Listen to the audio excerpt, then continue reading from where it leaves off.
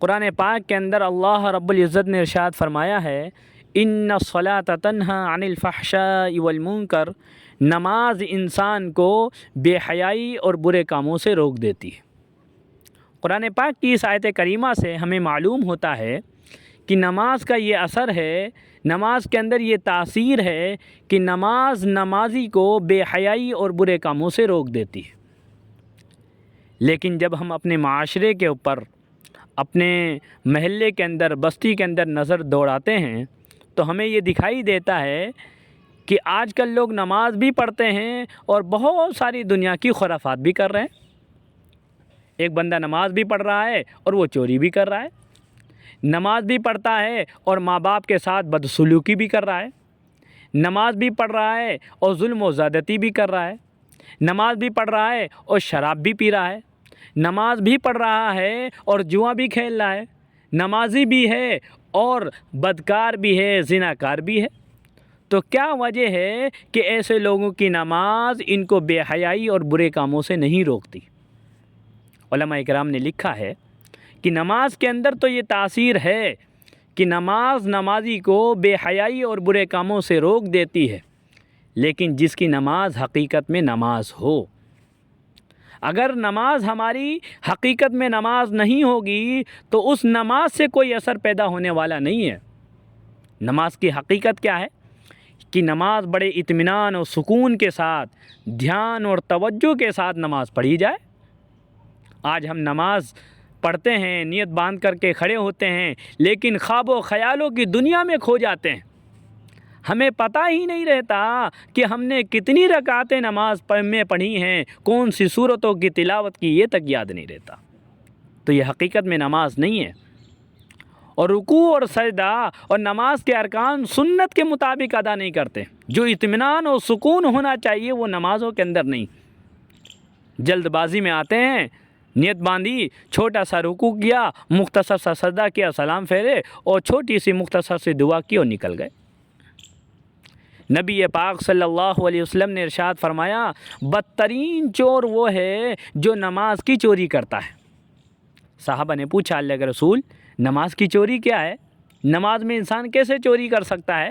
فرمایا، نماز کی چوری یہ ہے کہ نماز کے ارکان جو ہیں سنت کے مطابق ادا نہ کیے جائیں، اطمینان اور سکون سے نماز کو نہ پڑھا جائے، یہ نماز کی چوری ہے۔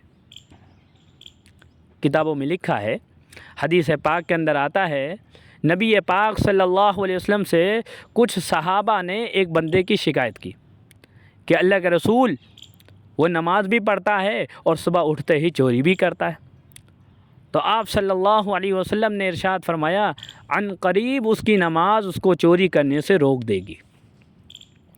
حضرت عمر ابن خطاب رضی اللہ عنہ کے زمانے کا واقعہ ہے کہ ان کے خلافت کے شروع زمانے میں عورتیں مسجد کے اندر نماز پڑھنے کے لیے آیا کرتی تھیں اور بعد میں منع کر دیا گیا۔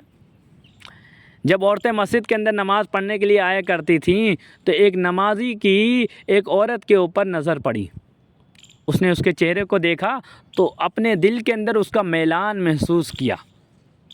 اب اس کے پیچھے پیچھے ہو لیا، اس کا پیچھا کرتا ہے۔ ایک مرتبہ اس عورت نے پوچھ لیا کہ تم میرا پیچھا کیوں کر رہے ہو؟